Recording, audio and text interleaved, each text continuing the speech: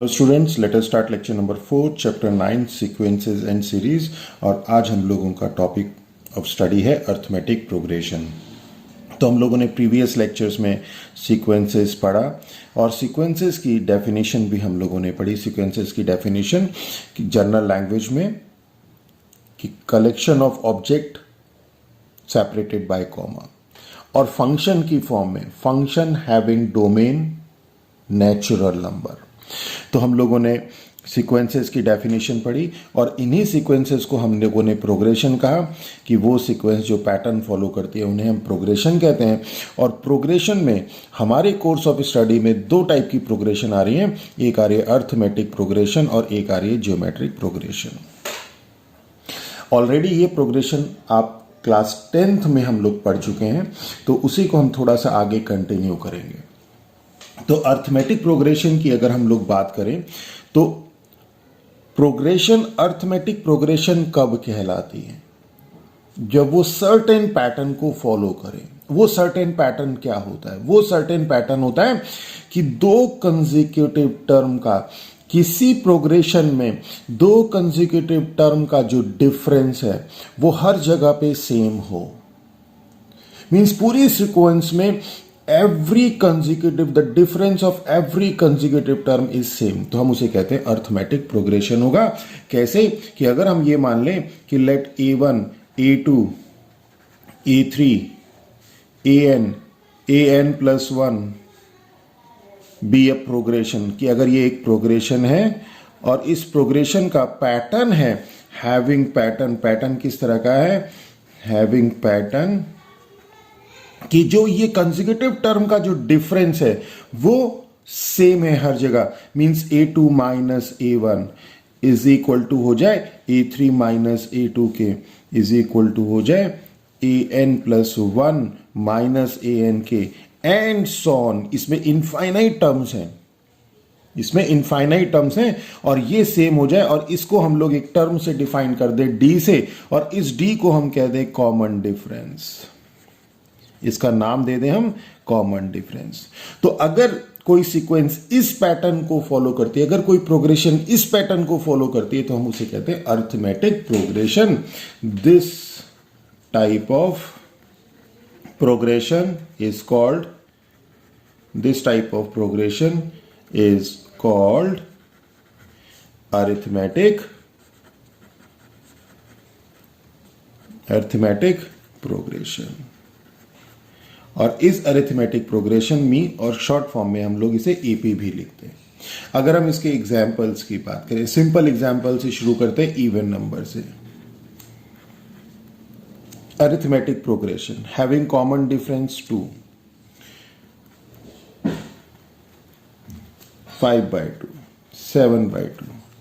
Arithmetic progression having common difference 1, 3/2 minus 1/2, 5/2 minus 3/2, 7/2 minus 5/2, minus 6 minus 11/2 minus 5 minus 9/2। This is also a arithmetic progression with common difference. अगर आप इसकी बात करें तो -6 को माइनस, अब ये दिखने लगेगा, -12/2 माइनस 11/2 माइनस 10/2 माइनस 9/2। तो here d is equal to 1/2। देखिए -11/2 minus -6 means -11/2 plus 6 means 2 minus 11 plus 12, that is 1/2। π/2 pi, 3π/2 2π and so on. Here d is equal to π/2. तो this is also an arithmetic progression. तो I think अब clear हो गया। आपको पहले भी मालूम था कि अर्थमेटिक प्रोग्रेशन होता क्या है। अब ये जो फॉर्म है हम इसे लिखते कैसे हैं? अर्थमेटिक प्रोग्रेशन को हम लोग लिखते कैसे? जर्नली लिखने के लिए हमें किसी अर्थमेटिक प्रोग्रेशन की अगर एक फर्स्ट टर्म मालूम है a और हमें कॉमन डिफरेंस d मालूम है, तो हम उसे कैसे लिख सकते हैं वो देखते हैं। कि let a be the first term, a be the first term and d be the common difference of a sequence. तो जो इसकी हमारे पास अरिथमेटिक प्रोग्रेशन है, अरिथमेटिक प्रोग्रेशन क्या होगा कि ए फर्स्ट टर्म है हमारी, किसी प्रोग्रेशन की ए फर्स्ट टर्म है, डी कॉमन डिफरेंस है, तो हम इस अरिथमेटिक प्रोग्रेशन को कैसे लिख सकते हैं? फर्स्ट टर्म लिख दी ए, नेक्स्ट टर्म क्या होगी? हमने क्या कहा था आपको कि a1 a2 a3 and so on. This is an arithmetic progression. कब? जब a2 माइनस a1 क्या हो जाए? d हो जाए। मींस a2 क्या हो जाए? a1 प्लस d हो जाए। और a1 को अगर हम लोग a मान लें तो a2 क्या हो जाए? a प्लस d हो जाए। ओके, a3 माइनस a2 की अगर हम बात करें, a3 माइनस a2 क्या हो जाए? d हो जाए। हर एक में दो कंसेक्यूटिव का जो डिफरेंस है वो सेम होना चाहिए, d, और a3 को हम a2 प्लस d लिख सकते हैं, और a2 अभी हमने निकाला a plus D, means a plus D means a plus 2d। तो a3 हमारे पास a प्लस 2d हो जाए। तो मीन्स किसी पूरी अर्थमेटिक प्रोग्रेशन को हमें a और d की टर्म्स में लिखना है, तो कैसे लिखेंगे? First term a, second term a plus D, third term a plus 2d, next term a plus 3d। और इसी तरह से अगर हम nth टर्म की बात करें तो देखिए फर्स्ट टर्म में 0d आ रहा है, सेकेंड टर्म में 1d आ रहा है, थर्ड टर्म में 2d आ रहा है, फोर्थ टर्म में 3d आ रहा है, तो nth टर्म में क्या आएगा? a plus n minus 1 of d and so on. This is an AP। ये एक AP है, अर्थमेटिक प्रोग्रेशन है in terms of A and D। Okay, इसी में अगर हम लोग जर्नल टर्म की बात करें, जनरल टर्म की बात करें, तो इसकी जो nth टर्म होती है इनफाइनाइट अर्थमेटिक प्रोग्रेशन की, infinite arithmetic progression means a progression having infinite number of terms. तो अगर प्रोग्रेशन आपकी इनफाइनाइट है, अर्थमेटिक अगर आपकी प्रोग्रेशन अर्थमेटिक प्रोग्रेशन इनफाइनाइट है, तो उसमें हम एक टर्म यूज करते हैं, that is known as general term, और या फिर इसे हम nth टर्म भी कहते हैं, जर्नल टर्म या nth टर्म भी कहते हैं। और ये होती है हमारे पास an is equal to a plus, ये वाली जो टर्म है जर्नल टर्म या nth टर्म कहलाती है, तो a plus n minus 1 into D. कई जगह पे इसे tn से भी रिप्रेजेंट किया है, कैपिटल T से भी रिप्रेजेंट किया है। Okay, clear. और अगर हमारे पास ये टर्म, ये अर्थमेटिक प्रोग्रेशन फाइनाइट हो जाए, मींस इसमें नंबर ऑफ टर्म्स फाइनाइट हो जाए, तो अब सपोज हमारे पास n टर्म्स हैं, 2 4 6 8 10 अप टू इनफाइनाइट, तो ये तो इनफाइनाइट अर्थमेटिक प्रोग्रेशन हो गई, और ये फाइनाइट अर्थमेटिक प्रोग्रेशन हो गई। इसमें आपकी 5 टर्म है और इसमें आपकी इनफाइनाइट टर्म है, इनफाइनाइट टर्म है, तो दोनों में फर्क कुछ नहीं है। फर्स्ट टर्म वैसे ही बिहेव कर रही है, ये सारी टर्म्स वैसे ही बिहेव कर रही है, ये अप टू इनफाइनाइट जा रही है, ये एक लिमिटेड नंबर ऑफ टर्म्स है। तो इसमें 5 टर्म्स है, मींस इसमें n टर्म्स है, तो बिहेवियर तो सेम रहने वाला है कि a के बाद a प्लस डी ही आएगा, a प्लस 2d ही आएगा, a प्लस 3d ही आएगा, तो वो यहां पे जाकर रुक जाएगा। और जो इनफाइनाइट अर्थमेटिक प्रोग्रेशन है that goes up to infinite.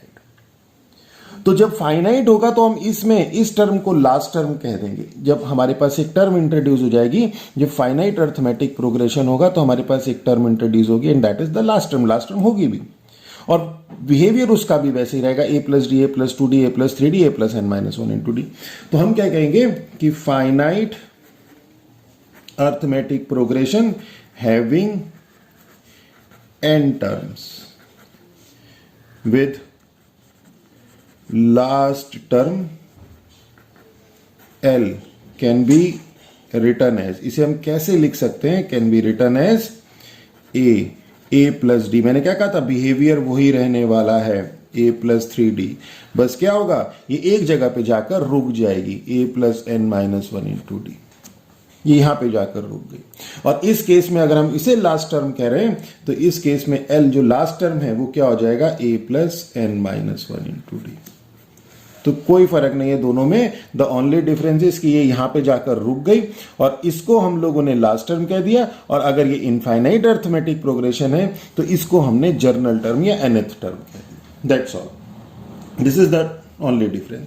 फिर आता है हमारे पास सम ऑफ एन टर्म, ये आपने पढ़ा होगा जूनियर क्लासेस में, आपने ये सब चीजें पढ़ी होंगी। Sum of n terms of AP of arithmetic progression, इसे हम एस एन से भी डिनोट करते हैं। तो एस एन क्या हो जाएगा, एस एन इसी का सम हो जाएगा। ये अभी देखिए finite arithmetic progression means finite N terms है, ये इनका हमें सम करना है। तो एस एन हो जाएगा a plus D plus A plus 2d plus सॉन प्लस ए plus N minus 1 into d. अब हम क्या करते हैं, इसको सम निकालने के लिए, इसका सम निकालने के लिए हम इसे रीराइट करते हैं रिवर्स ऑर्डर में। ये rewrite in reverse order. Reverse order में कैसे कि S N is equal to, इसको पहले लिखेंगे, इससे पहले वाली टर्म, उसके पहले वाली टर्म, और ये सबसे लास्ट में चली जाएगी। तो ये टर्म क्या आ जाएगी, a plus N minus 1 into d plus इसके पहले वाली टर्म क्या होगी, देखिए 2 4 6 8 10। अगर आपको कोई अर्थमेटिक प्रोग्रेशन मालूम है और नेक्स्ट टर्म पूछ रहा है तो कॉमन डिफरेंस ऐड कर दीजिए, ए plus D, A plus 2d, A plus 3d। और अगर आपको अगली टर्म पता है और प्रीवियस टर्म पूछ रहा है तो कॉमन डिफरेंस सब्ट्रैक्ट कर दीजिए, यानी कि 8 माइनस 2 6, 6 माइनस 2 4, 4 माइनस 2 2। क्लियर। तो आगे बढ़ना है तो कॉमन डिफरेंस ऐड कर दो, पीछे जाना है तो कॉमन डिफरेंस सब्ट्रैक्ट कर दो। तो इससे पहले वाली टर्म क्या हो जाएगी, जैसे ये n माइनस 1d था, एक d और माइनस हो जाएगा, यानी n minus 1d minus d means n minus 2d means a plus n minus 2d and so on. और इसी तरह से लास्ट टर्म हमारे पास ये वाली आ जाएगी। अब हमें क्या करना है, इन दोनों को, से this is your first and से दिस इज योर सेकंड, इन दोनों को ऐड कर देना है। फर्स्ट टर्म को फर्स्ट टर्म से, सेकंड टर्म को सेकंड टर्म से, थर्ड टर्म को थर्ड टर्म से, लास्ट टर्म को लास्ट टर्म से। तो जब हम ऐड करेंगे, इसको इसके साथ ऐड करेंगे, पहले लेफ्ट हैंड साइड के साथ ऐड कर देंगे, तो ये हो जाएगा 2sn is equal to A plus N minus 1 into D. तो ए और ए कितना हो जाएगा, 2a plus N minus 1 of D plus, अब a प्लस डी, एक तो हमने इसको इसके साथ ऐड किया, अब इसको इसके साथ ऐड करेंगे। तो a plus D plus A plus N minus 2 into D, तो a plus D plus A plus N minus 2d। तो कितना हो जाएगा, a और a तो 2a हो जाएगा, प्लस इसमें से हम d कॉमन ले लेंगे अगर, तो क्या बचेगा 1 plus N minus 2 of d, तो 2a plus N minus 1 of d। तो सेम टर्म आ जाएगी ये वाली, means 2a plus N minus 1 of D. फिर थर्ड टर्म को थर्ड टर्म के साथ ऐड करेंगे, इसी तरह लास्ट टर्म को लास्ट टर्म के साथ ऐड करेंगे। तो जब लास्ट इसको इसके साथ ऐड करेंगे तो ये तो सिंपल ही है, 2a plus N minus 1 of D. अब देखिए, अगर इसमें ध्यान देखें तो ये सेम टर्म्स रिपीट हो रही हैं, और कितनी बार हो रही हैं, देखिए फर्स्ट टर्म को फर्स्ट टर्म के साथ ऐड किया, सेकंड टर्म को सेकंड टर्म के साथ, थर्ड टर्म को थर्ड टर्म के साथ, nth टर्म को nth टर्म के साथ ऐड किया। तो मींस इसमें n टर्म्स है और n टर्म्स सेम है। तो अगर हम 2 plus 2 plus 2 plus 2 plus 5 time कर दें तो कितना कर देते हैं, 5 इंटू 2, ये x plus x plus x plus x n times, तो क्या हो जाता है n इंटू एक्स।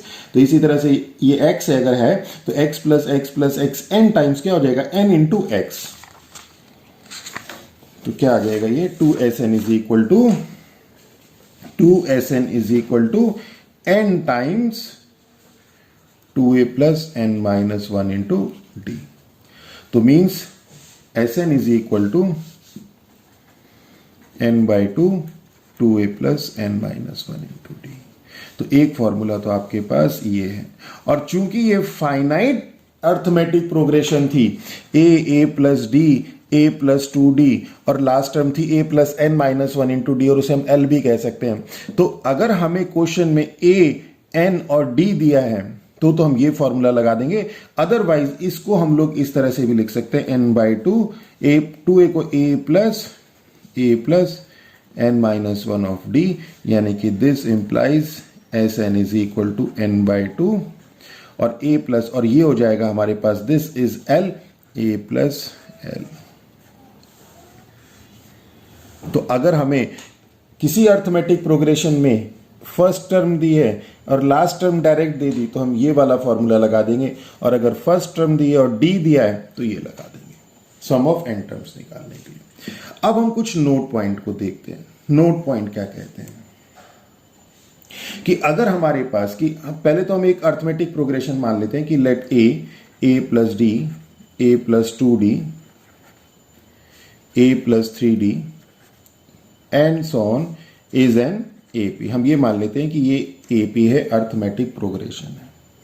तो हम फर्स्ट क्या कहते हैं कि अगर हम इस अर्थमेटिक प्रोग्रेशन में किसी कांस्टेंट को ऐड कर दें, हर टर्म में किसी कांस्टेंट को ऐड कर दें या सबट्रैक्ट कर दें, तो जो रिजल्टिंग अर्थमेटिक प्रोग्रेशन है वो जो रिजल्टिंग प्रोग्रेशन है वो भी अर्थमेटिक प्रोग्रेशन होगी, और जो उसका कॉमन डिफरेंस होगा वो जो हमारी ओरिजिनल अर्थमेटिक प्रोग्रेशन है उसके कॉमन डिफरेंस के बराबर होगा। मींस कॉमन डिफरेंस में कोई चेंज नहीं आएगा, with no change in common difference.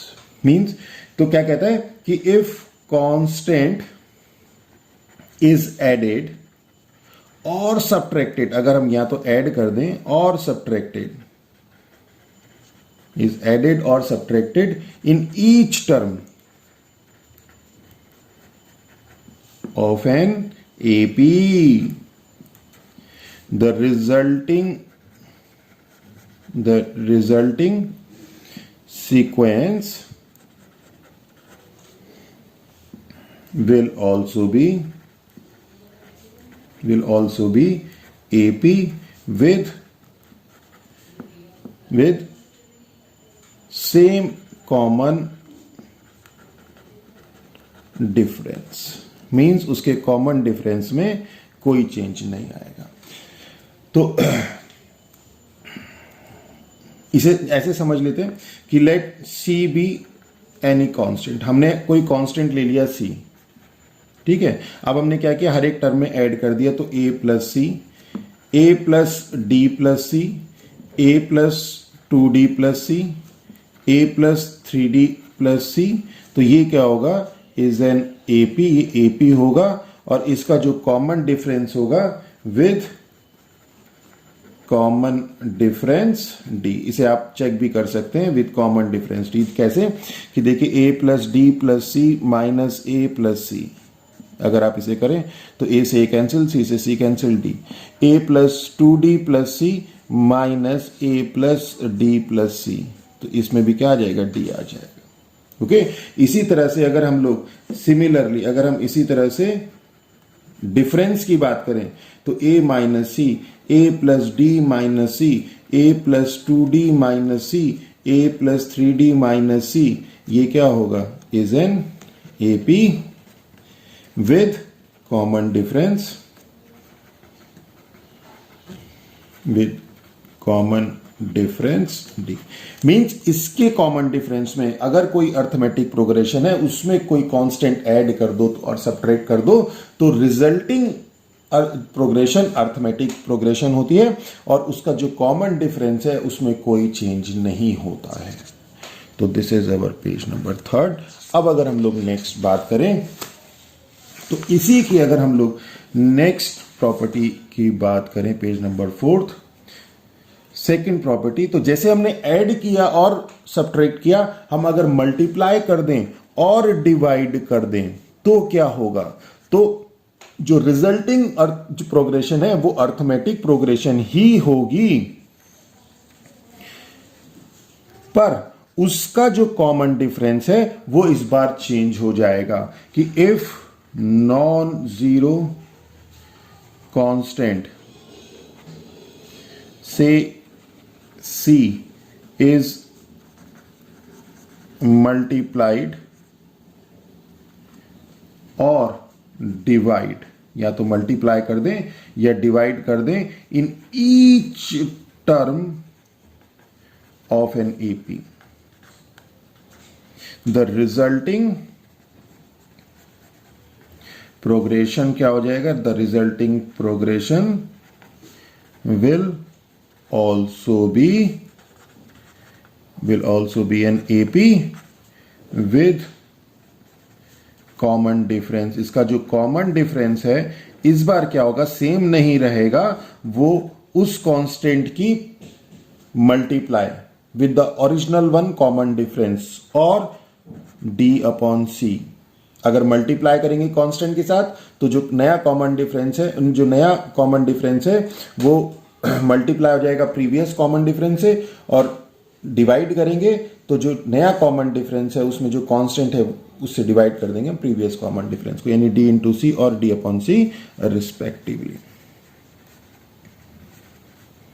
Clear हो गया? इसे एक बार समझ लेते हैं कि जैसे ए सी, ए प्लस डी ऑफ सी, अगर हमारे पास ए प्लस डी है, इसमें हम सी से मल्टीप्लाई कर दें ए प्लस 2d ऑफ सी, तो ये क्या होगा, इज एन ए पी, ये is an A P, is an A P. और इसका कॉमन डिफरेंस क्या होगा कि a plus D of C minus A C, यानी कि D C, A plus 2d of C minus A plus D of C, यानी कि D C. तो देखिए AP है और common difference with common difference DC। Similarly इसी तरह से A upon C, A plus D upon C, A plus 2d upon C, ये क्या होगा, is an AP with common difference, इसका कॉमन डिफरेंस क्या होगा, d upon C, a plus D upon C minus a upon C, तो a plus a से cancel, d upon C, a plus 2d upon C minus a plus D upon C, this is d upon C. Clear हो गया? चलिए अब हम second देखते हैं।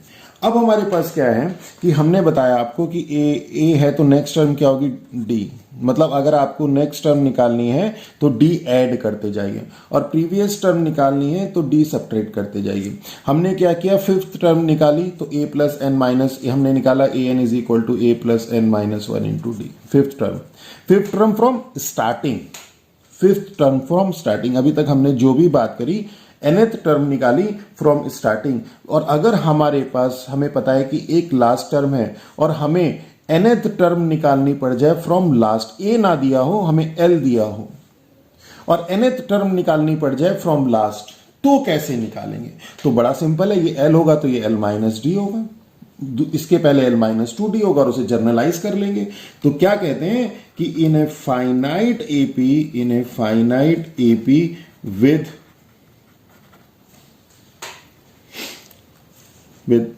First term ए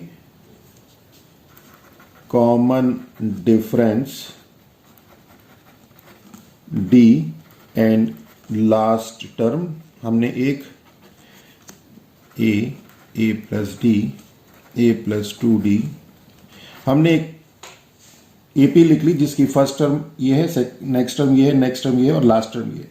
अब हमें क्या करना है, हमें nth टर्म निकालनी है फ्रॉम लास्ट।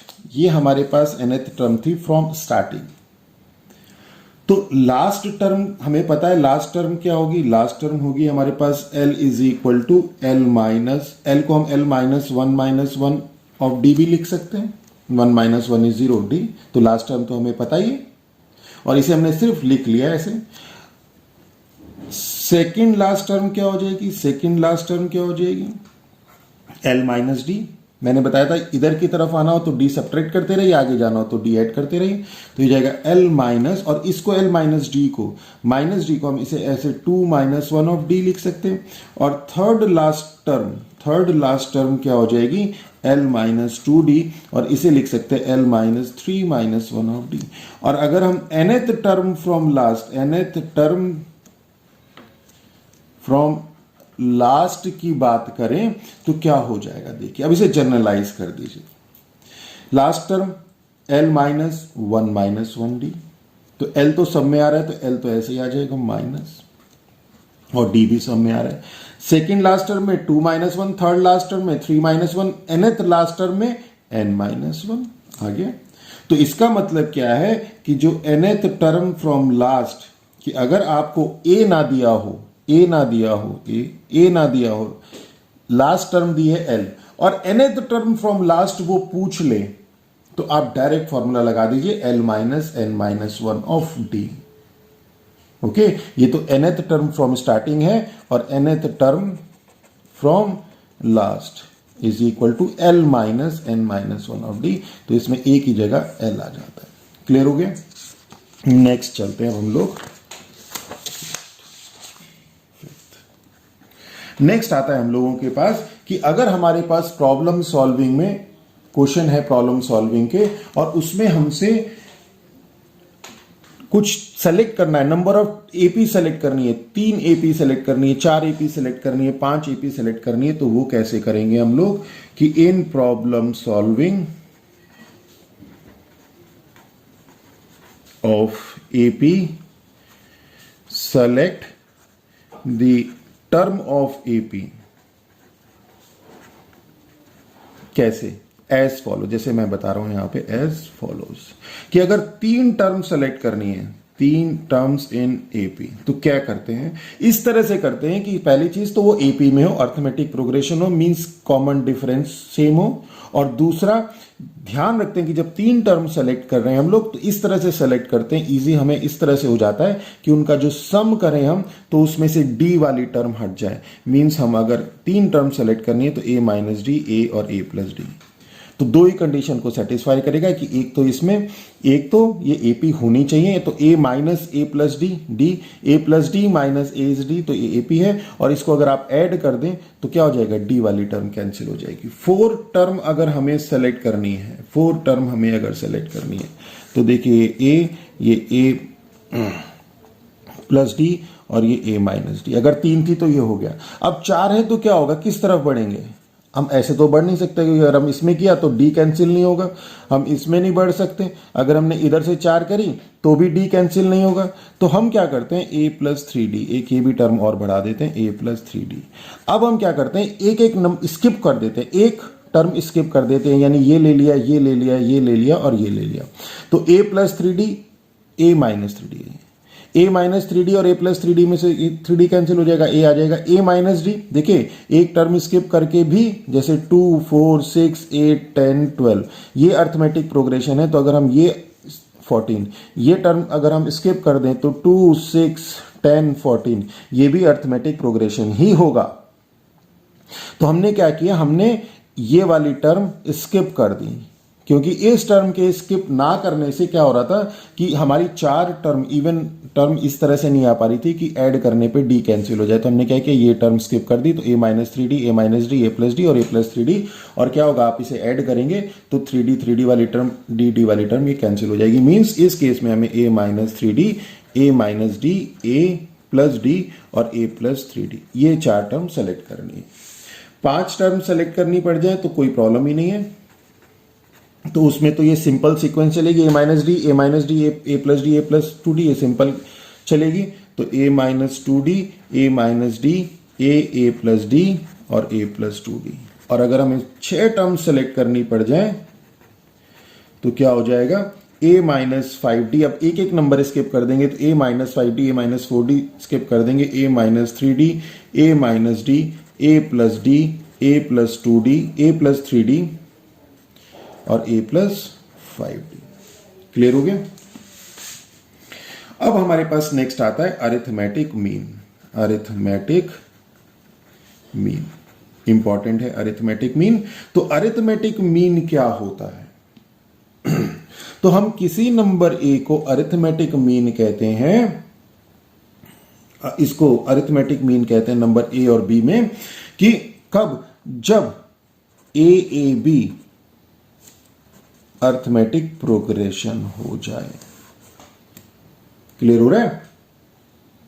तो हम किसी भी नंबर को मीन कहेंगे, 2 नंबर का अरिथमेटिक मीन कहेंगे, सो दैट कि अगर हम उसे उसके बीच में इंसर्ट कर दें और जो सीक्वेंस मिल जाए, जो प्रोग्रेशन मिल जाए, वो अरिथमेटिक प्रोग्रेशन हो जाए, तो हम इसको क्या कहेंगे? अरिथमेटिक मीन कहेंगे। तो इंसर्ट करना पड़ता है इसमें कि let A and B are two number,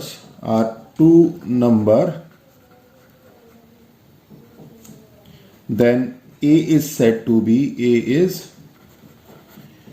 said to be arithmetic mean if, क्या बताया था कि if AAB is an AP, अगर क्या हो जाए, ये एक AP हो जाए, is an AP।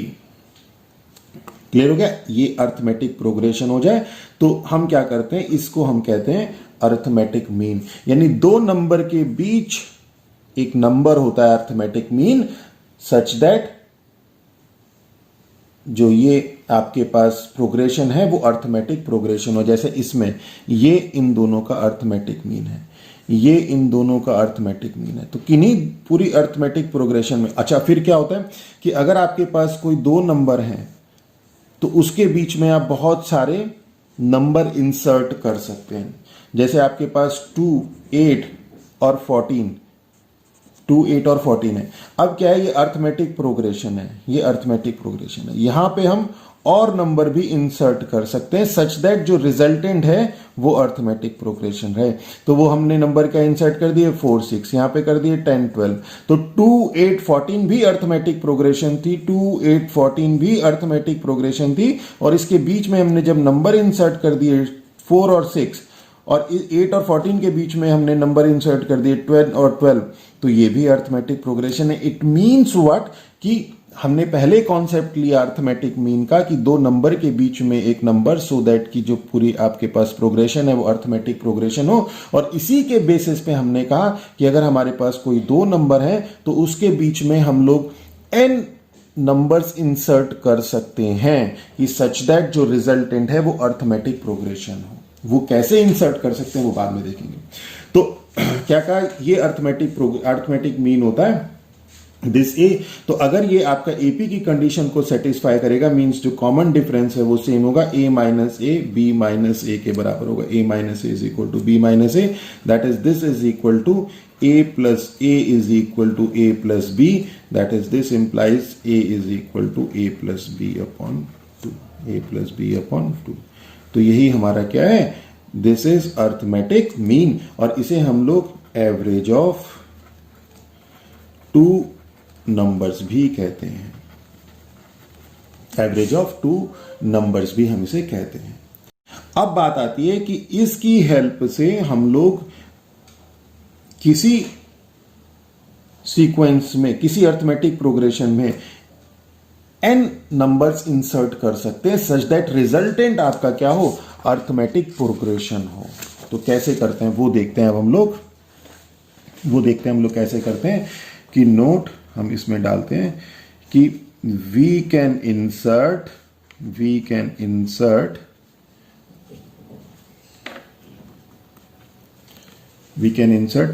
as many number between two number A and B so that the resulting sequence is an AP। कि हमारे पास कोई दो नंबर हैं 2 और 10, इसके बीच में हम कितने ही नंबर इंसर्ट कर सकते हैं कि सच दैट रिजल्टेंट एपी में हो। 4 नंबर, 5 नंबर, 6 नंबर, 7 नंबर, 2, 3, 4, 5, 6, 7, 8, 9, एक के कॉमन डिफरेंस के बाद, दो के कॉमन डिफरेंस के बाद 4, 6, 8। तो आप यहीं पे देख रहे हैं 1/2 के कॉमन डिफरेंस के साथ कर दीजिए, 1/3 के कॉमन डिफरेंस के साथ कर दीजिए, 2, 5/2, 3, 7/2, 4, 9/2, 5, ये 5 आ ही गया। तो we can insert as many number between two number A and B so that resulting sequence क्या हो, एपी में हो। पर वो कैसे करेंगे, तो किसी भी नंबर को अगर हमें इंसर्ट करना है, हमें 5 नंबर इंसर्ट करने हैं, क्या 10 नंबर इंसर्ट करने हैं, या 20 करने हैं, या 100 नंबर इंसर्ट करने हैं, तो जो ये वाली टर्म आएगी वो क्या होगी, ए प्लस डी होगी। तो ए तो हमें गिवन है, हमारे पास टारगेट है डी निकालना। तो अगर हमें 5 नंबर इंसर्ट करने हैं तो ए तो हमें दिया ही है, n 5 हो गया, डी निकल जाए। अगर हमें 10 नंबर्स इंसर्ट करने हैं तो ए हमें दिया ही है और n हमें ये दिया हुआ है और डी निकालना है हमें। तो हमारा टारगेट है डी निकालना। अगर हमें 20 नंबर इंसर्ट करने हैं तो एन बी ए भी गिवन है, एन भी गिवन है, डी निकालना है। तो कितने नंबर इंसर्ट करने हैं, उसमें एन मिल गया हमें और ए मिल गया, डी निकाल रहे हैं। तो कैसे करते हैं, अब हम ये मान के चलते हैं कि हमने एन नंबर इंसर्ट कर दिए कि let A1 A2 AN are N numbers between A and B। A और बी के बीच में एन नंबर्स हैं सच दैट कि जो ये रिजल्टिंग सीक्वेंस है ये क्या हो, एपी में हो। यही तो है A1 A2 AN B is an AP। तो बस थोड़ा सा ध्यान देना है कि अब इसमें जो ये थी ये तो n टर्म्स थी और ये कितनी है, ये n+2 टर्म्स हैं, n+2 टर्म्स हैं, क्योंकि ये तो n टर्म्स है और एक शुरू में और एक आखिरी में n+2 टर्म्स हो गई। और ये जो है an ये n+1th टर्म है इस AP का, और यहां पे बात करें तो यहां पे nth टर्म है। ओके, तो n+2 टर्म हो गई where b is n+2th term.